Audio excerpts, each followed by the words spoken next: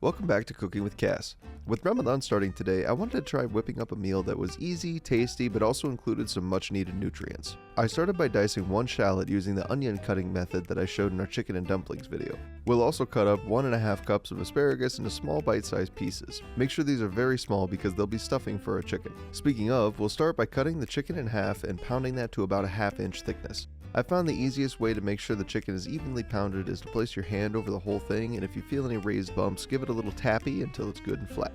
Once I had done this, I realized that my chicken was really huge, so I decided to cut them in half. Next, I laid them flat and placed 1 slice of provolone, a few pieces of sun-dried tomato, and some of our asparagus. Some of the asparagus will fall out as you roll these up, but it's pretty easy to stuff back into the chicken, so no problems there.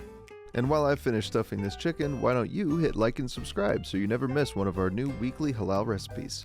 Now we'll wrap these up nice and tight and use a couple of toothpicks to help keep our pinwheel together. You can also place them seam side down on a baking sheet instead, but I preferred the toothpicks. Now we'll melt a 1/2 cup of butter over medium heat and add in our shallots and crushed garlic. We'll fry that for a couple minutes until the butter is slightly browned and the garlic is fragrant. Remove that from the heat for now and keep warm. Now we'll place our chicken on a baking sheet and baste with our garlic butter.